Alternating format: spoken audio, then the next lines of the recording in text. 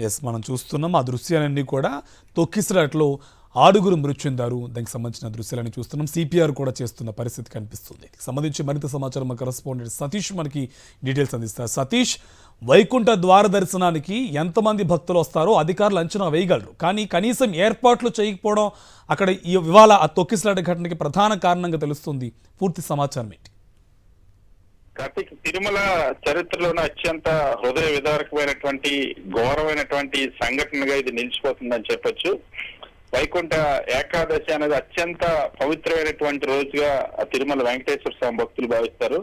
అటువంటి వైకుంఠ ఏకాదశి నాటికి ప్రతి సంవత్సరం ఖచ్చితంగా భక్తుల సంఖ్య అధికంగా రావాలనుకుంటారు. వైకుంఠ ఏకాదశి నాడు దర్శనం చేసుకుంటే స్వర్గలోక ప్రాప్తి జరుగుతుందని ప్రతి ఒక్కరు కూడా భావిస్తారు. అత్యంత పవిత్రమైన రోజుగా భావించేటువంటి రోజుకి పెద్ద ఎత్తున వస్తారని తెలిసినప్పటికీ కూడా ఈరోజు తిరుమల తిరుపతి దేవస్థానం గాని, తిరుపతి పోలీసులు గాని, రాష్ట్ర ప్రభుత్వం గాని, దేవాదాయ శాఖ గాని, ముఖ్యమంత్రి కార్యాలయం గాని ఎవ్వరు కూడా పూర్తి స్థాయిలో పట్టించుకున్నటువంటి నేపథ్యంలో ఈ రోజు ఆ వైకుంఠ ఏకాదశి సందర్భంగా గోవిందనామ స్మరణ వినాల్సినటువంటి చోట ఇవాళ మృత్యు ఘోష వినబడుతున్నటువంటి పరిస్థితి.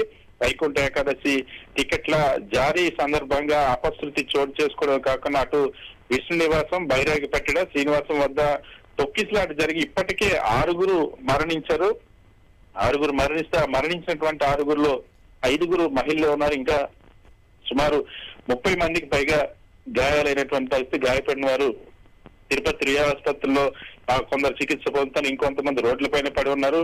అక్కడ పరిస్థితి అత్యంత భయానకమైనటువంటి పరిస్థితి ఉంది. రియా ఆసుపత్రికి అధికారులు, పోలీసులు చేరుకున్నప్పటికీ కూడా బాధితుల ఆర్తనాదాలు వర్ణనాతీతంగా ఉన్నటువంటి పరిస్థితి నెలకొంది. ముఖ్యంగా ఈ ఘటనకు సంబంధించి టీటీడీ ఎటువంటి ప్రికాషన్స్ తీసుకోలేదు. ఎందుకంటే దాదాపుగా 3 రోజుల పాటు వైకుంఠ ఏకాదశి సంబంధించినటువంటి టికెట్లు జారీ చేస్తారని చెప్పారు. రోజుకి 40,000 టికెట్లు జారీ చేస్తారు. దీనికి సంబంధించి ఒక నిర్దిష్టమైనటువంటి ప్రణాళిక ఎక్కడ కూడా టీటీడీ అమలు చేయలేదు.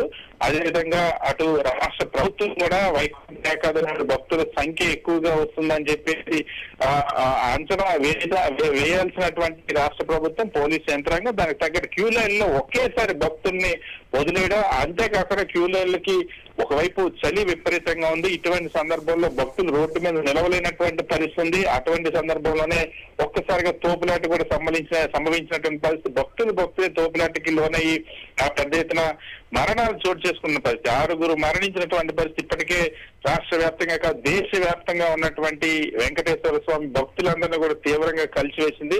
ఇప్పుడు గత 5 సంవత్సరాలు కూడా వైకుంఠ ఏకాదశికి సంబంధించినటువంటి దర్శనాలు జరిగాయి. 10 రోజుల దర్శనాలు నిర్వహించారు. అదే విధంగా తీసుకొచ్చినప్పుడు కూడా ప్లానింగ్ లో ఎక్కడ లోపం అన్నది చాలా స్పష్టంగా కనిపిస్తుంది. ప్రణాళిక లోపం, పోలీసుల వైఫల్యం, తిరుమల దేవస్థానం పాలక మండలి వైఫల్యం, రాష్ట్ర ప్రభుత్వ వైఫల్యం చాలా స్పష్టంగా ఇక్కడ కనిపిస్తుంది. అందుకనే ఇవాళ 6 మృత్యువాత పడ్డారు. కేవలం వైకుంఠ ఏకాదశి దర్శనానికి జారీ చేసే టికెట్ల కోసం వెళ్ళి 6 మృత్యువాత పడినటువంటి ఘటన అన్నది తీవ్రంగా కలిసివేసింది. ఇప్పటి వరకు ఎక్కడ కూడా ఇటువంటి ఘటనలు చూడవచ్చు. దీనిపైనే రాష్ట్ర వ్యాప్తంగా కూడా భక్తుల్లో కూడా తీవ్రమైనటువంటి ఆవేశాలు వ్యక్తమవుతున్నటువంటి పరిస్థితి. ఇప్పటికే మాజీ ముఖ్యమంత్రి వైఎస్ జగన్మోహన్ రెడ్డి తీవ్ర దిగ్భ్రాంతి వ్యక్తం చేశారు.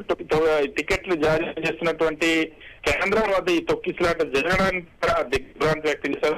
మనుషుల కుటుంబాలకు ప్రగాఢ సంతాపం తెలియజేశారు. గాయపడిన వారికి మెరుగైన వైద్య సేవలు అందించాలని ప్రభుత్వాన్ని విజ్ఞప్తి చేశారు. వైకుంఠ ఏకాదశి దర్శనం కోసం వచ్చిన భక్తులు ఇలా ప్రాణాలు కోల్పోవడం అత్యంత విచారకరమైన. తక్షణం అక్కడ పరిస్థితులు చక్కదిద్దడానికి యుద్ధ ప్రాతిపదిక ప్రభుత్వం చర్యలు తీసుకోవాలని డిమాండ్ చేశారు.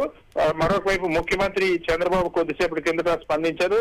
ఆ దిగ్భ్రాంతి వ్యక్తం చేయలేదు. రేపు అక్కడికి వెళ్తామని చెప్పారు. సో ఇప్పటి వరకు కూడా రాష్ట్ర ప్రభుత్వం తిరుమల వైకుంఠ ఏకాదశి ఏర్పాట్లకు సంబంధించి కానీ, వైకుంఠ ఏకాదశిలో భక్తులకు అవసరమైన సదుపాయాలు కల్పించడానికి సంబంధించి కానీ ఎటువంటి చర్యలు తీసుకోలేదు. ఇప్పుడు మాత్రం అక్కడికి వెళ్తామని ముఖ్యమంత్రి కార్యాలయం, ముఖ్యమంత్రి స్వయంగా రేపు అక్కడికి వెళ్తారని ప్రకటించినట్టు పరిస్థితి. దీనిపైన మాజీ టీటీడీ చైర్మన్ భూమన కరుణాకర్ రెడ్డి స్పందించారు. తీవ్ర ఆగ్రహం వ్యక్తం చేస్తే ప్రభుత్వ వైఫల్యమే తొక్కిసలాటకు దారి తీసిందని కరుణాకర్ రెడ్డి మండిపడ్డారు. చిత్తశుద్ధి లేని వ్యక్తులకు, వివాదాస్పద వ్యక్తులకు టీటీడీ పగ్గాలు ఇచ్చారు.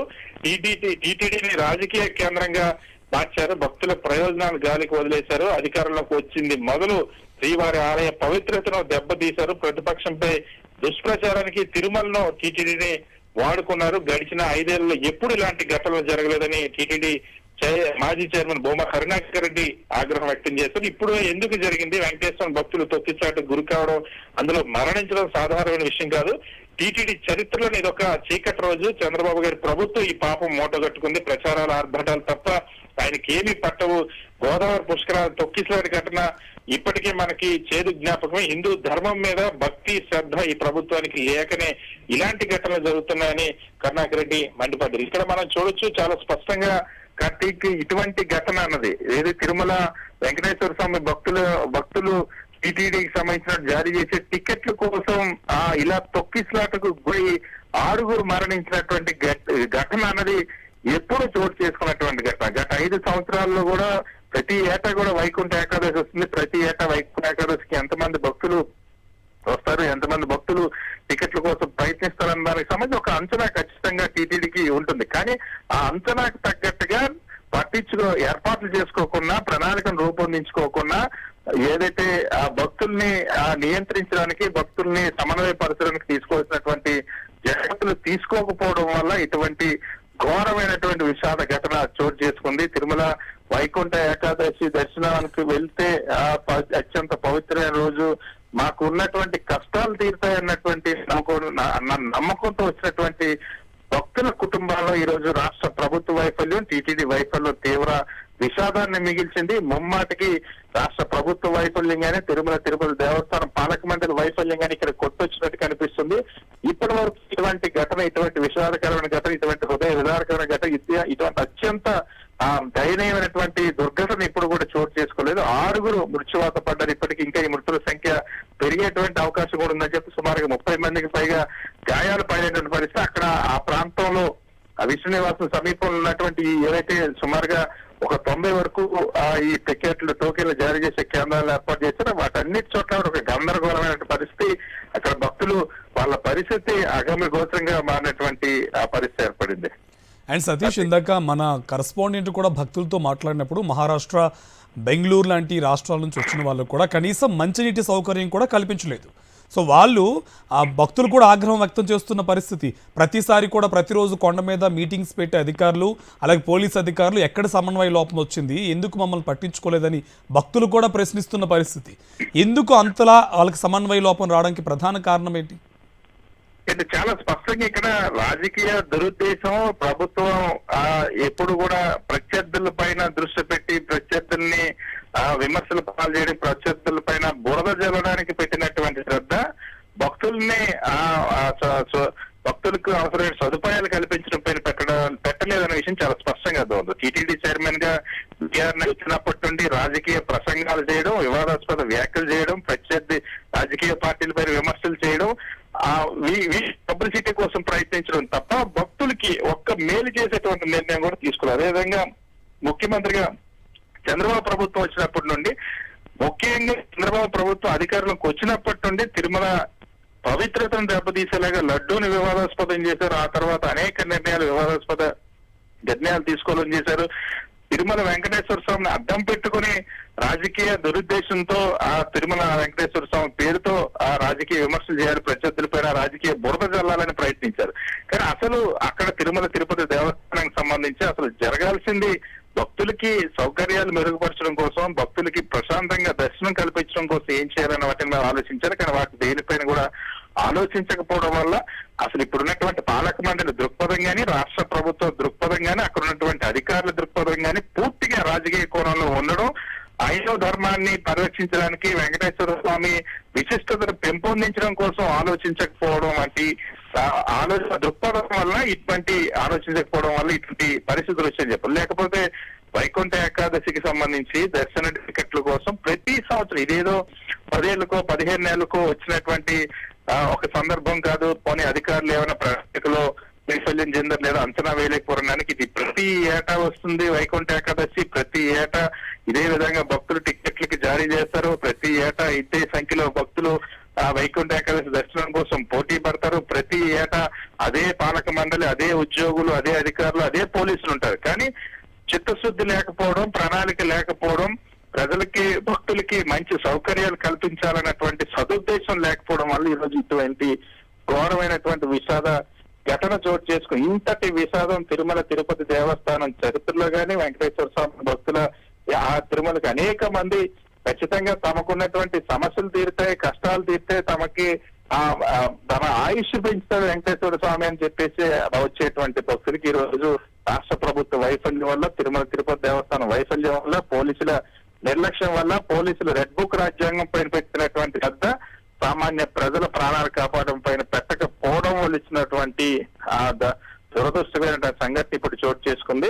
సో రాష్ట్ర ప్రభుత్వం ఈ 6 ప్రాణాలు ఇప్పటికే పోయినటువంటి పరిస్థితుల్లో 5 మహిళలు వెంకటేశ్వర స్వామి దర్శనం కోసం వచ్చినటువంటి భక్తులు వైకుంఠ ఏకాదశి నాడు దర్శనం కోసం ఎవరైతే వెంకటేశ్వర స్వామిని అచంచలమైనటువంటి విశ్వాసంతో కొలుస్తారో, అత్యంత భక్తి పారవశ్యంతో కొలుస్తారో అటువంటి భక్తులే వెంకటేశ్వర స్వామిని వైకుంఠ ఏకాదశి నాడు దర్శించాలనుకుంటారు. అటువంటి భక్తులకి ఈ రోజు ఇలాంటి దుస్థితం, ఇంతటి దుర్మరణం అన్నది కలియుగం వెంకటేశ్వర స్వామి దర్శనాన్ని ఇచ్చి ఆయన దర్శించుకోకుండానే, ఆయన వైకుంఠ ఏకాదశి దర్శనం జరగకుండానే అకాలమైనటువంటి మృత్యు సంభవించడం అనేది నిజంగా నా కుటుంబాల్లో తీవ్ర విషాదం నింపినటువంటి పరిస్థితి. 6 5 మహిళలే ఉన్నారు, ఇంకా 30 మంది తీవ్రమైన గాయాలయ్యారు. తొక్కిసలాట అనేక మంది గాయాల పాలయ్యారు. ఎవరు ఎక్కడున్నారో చల్లా చెదురుగా పడినటువంటి పరిస్థితి. ఇది ఒక చోట జరిగింది కాదు, 4-5 చోట్ల ఇటువంటి తొక్కిసలాట జరిగిందంటే ఏ స్థాయిలో ప్రభుత్వ వైఫల్యం, తిరుమల తిరుపతి దేవస్థానం పాలక మండలి వైఫల్యం, పోలీసుల వైఫల్యం ఏ విధంగా ఉందన్న విషయం అర్థం చేసుకోవచ్చు. ఎయిర్పోర్ట్ లో కనీసం తొక్కిసలాట, భక్తుల నియంత్రణ విషయం పక్కన కనీసం మంచు విపరీతంగా పడుతుంది. వాతావరణాన్ని సమీక్షిస్తే గత నెల రోజుల నుండి ఆంధ్రప్రదేశ్ రాష్ట్ర వ్యాప్తంగా ఏ విధంగా ఉందో చూడొచ్చు. మంచు విపరీతంగా పడుతుంది, కనీసం మంచి నీళ్లు కూడా ఏర్పడినటువంటి దృష్టి, రోడ్ల మీద పడిగాపులు కాసినటువంటి పరిస్థితి భక్తులకి కల్పించారు. అంత దయనీయమైన పరిస్థితుల్లో భక్తులే చాలాసేపు ఈవినింగ్ అంతా కూడా నిరసన తెలిపారు. గోవిందనామ స్మరణతోనే పఠిస్తూ నిరసన తెలిపిన పరిస్థితి. అటువంటి నిరసన తెలిపిన క్రమంలోనే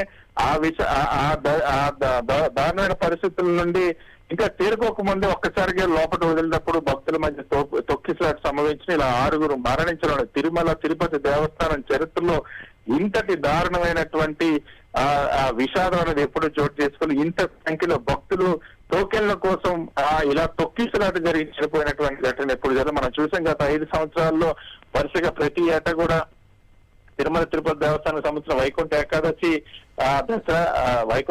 దర్శనం అనేది అప్పుడు కూడా 10 రోజులు నిర్వహించినటువంటి సందర్భం ఉంది. 10 రోజుల దర్శనాలకు అవకాశం కల్పించారు.